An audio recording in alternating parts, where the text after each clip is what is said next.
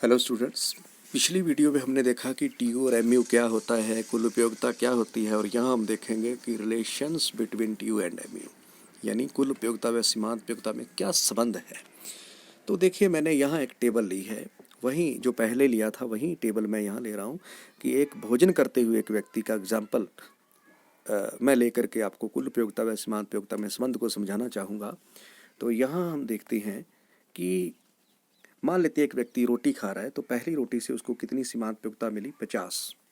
क्योंकि कोई भी व्यक्ति जब भी हम किसी चीज़ का कंज्यूम शुरू करते हैं तो पहली यूनिट से मैक्सिमम मिलेगी, सबसे ज़्यादा। उसके बाद उसकी सीमांत उपयोगिता क्या होती जाती है?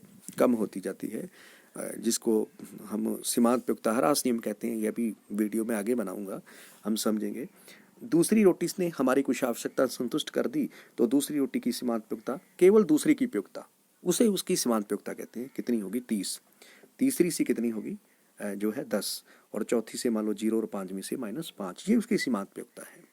और हमने इनमें रिलेशन देखना है। टीयू क्या है देखो, तो टीयू कैसे कैलकुलेट करेंगे? पहली रोटी की, एक रोटी की उपयोगिता, दो रोटी की उपयोगिता, पहली की 50, दो की कितनी होगी? 50 और 30 दोनों को जोड़ा, 2 रोटियों से मिलने वाली कुल उपयोगिता 80 हो गई।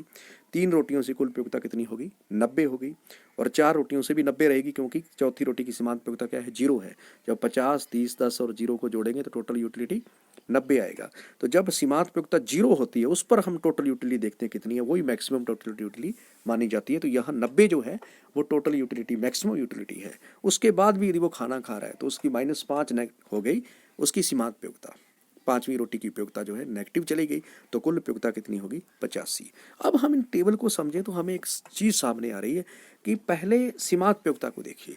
सीमांत उपयोगिता यहाँ 3 रोटियों तक जो है एमयू ग्रेटर देन 0, यानी ये क्या है? घट रही है। 50 से 30 हो रही है, 30 से 10 हो रही है, लेकिन 0 से ज़्यादा है।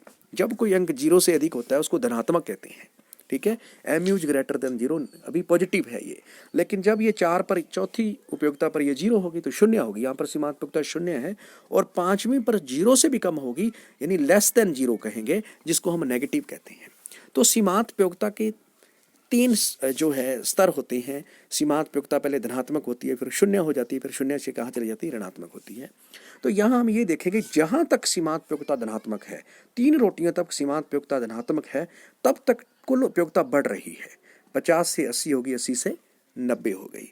यानी जब तक एमयू पॉजिटिव है तब तक कुल उपयोगिता बढ़ती है, क्योंकि कुल उपयोगिता में सीमांत उपयोगिता के एडिशन से ही कुल उपयोगिता बनती है, इसलिए कुछ ना कुछ बढ़ती जाएगी कुल उपयोगिता। लेकिन जब ये क्या हो गई? 0 हो गई सीमांत उपयोगिता, तो कुल उपयोगिता बढ़कर कितनी होगी? मैक्सिमम पर पहुंच गई। 90, जो 90 थी वो 90 रही मैक्सिमम, उससे न कम हुई ना ज़्यादा हुई। तो अब क्या है? जैसे ही सीमांत उपयोगिता नेगेटिव चली गई, माइनस हुई, तो कुल उपयोगिता घटनी शुरू हो गई। तो कुल उपयोगिता और सीमांत उपयोगिता में 3 प्रकार के रिलेशन बने। जब एमयू ग्रेटर देन 0 तो कुल उपयोगिता क्या है? बढ़ती है। जब एमयू 0 हो गई तो कुल उपयोगिता मैक्सिमम। जब एमयू नेगेटिव तो कुल उपयोगिता क्या हो गई? घटनी शुरू हो गई। आगे हम देखते हैं इसको। यहाँ देखिए, इस कर्व के अंदर भी हम इसको जो है करके देख सकते हैं। यहाँ देखिए, पहली रोटी से मान लेते हैं कितनी भी उपयोगिता मिली, उसके बाद दूसरी, तीसरी से कम होती जा रही है, और चौथी रोटी पे कितनी हो गई? 0। और पांचवी पे देखेंगे तो माइनस में चली गई, ठीक है। तो ये एक आपका क्या है? एमयू है, सीमांत उपयोगिता वक्र है। जैसे जैसे हम रोटी को खाते जा रहे हैं वैसे वैसे यहाँ पूर्ण संतुष्टि बिंदु है, चौथी रोटी पर पूर्ण रूप से संतुष्ट हो गए। वैसे वैसे जब तक ये 0 नहीं हो जाती सीमांत उपयोगिता, तब तक कुल उपयोगिता क्या हो रही है? बढ़ रही है, देखो। और जब ये क्या है? सीमांत उपयोगिता जहां 0 हो गई, वहां पर कुल उपयोगिता वक्र बिल्कुल मैक्सिमम, यू एकदम मैक्सिमम हो गया, इससे और ऊपर नहीं जाएगा, ये मैक्सिमम बिंदु पर आ गया। और जैसे ही कुल उपयोगिता नेगेटिव हुई तो ये घटनी वैसे वैसे जो है घटनी शुरू हो गई, ठीक है। तो ये 3 प्रकार के इसके अंदर रिलेशन हैं, जो हम यहाँ भी देख सकते हैं। देखिए, व्हेन मैंने लिखा है MU then TU, when MU positive then TU increases, when MU 0 then TU maximum, और when MU negative then TU decreases. Mainly इसका यही है सबसे इंपॉर्टेंट, कि भाई आपको इतना ही बताना है कि एमयू जब 0 से ज़्यादा है, यानी धनात्मक है, तो टीयू बढ़ती है। जब एमयू 0 हो जाती है, वहाँ पर टीयू मैक्सिमम होता है।